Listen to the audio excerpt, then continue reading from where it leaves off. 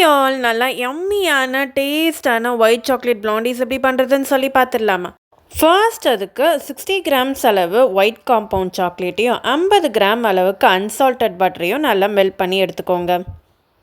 50 grams அளவுக்கு மைதா, 1/4 teaspoon அளவுக்கு baking powder, கொஞ்சமாக உப்பு சேர்த்துக்கோங்க. ஒரு பவுலில் 2 எக்கை சேர்த்துட்டு நல்லா மிக்ஸ் பண்ணிக்கோங்க.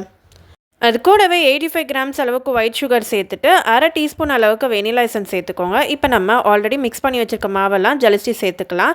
இந்த மாவு கூடவே 15 கிராம் அளவுக்கு மில்க் பவுடர் சேர்த்துருக்கேன். இது ஆப்ஷனல் தான், வேணும்னா சேர்த்துட்டு நல்லா மிக்ஸ் பண்ணிக்கோங்க. நல்லா மிக்ஸ் பண்ணதுக்கப்புறமா நம்ம மெல்ட் பண்ணி வச்சுருக்க அந்த ஒயிட் காம்பவுண்டையும் பட்டரையும் நல்லா இதில் சேர்த்துட்டு நல்லா மிக்ஸ் பண்ணிக்கோங்க.